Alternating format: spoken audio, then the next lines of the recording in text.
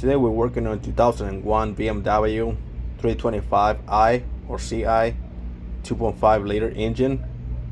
What we have is cold start, misfires on all cylinders, and also link codes. So we're gonna see upon putting the smoke, find out that the throttle body hose has a big leak on the bottom, so it's ripped off. So we're gonna repair that, and hopefully that will take care of the problem.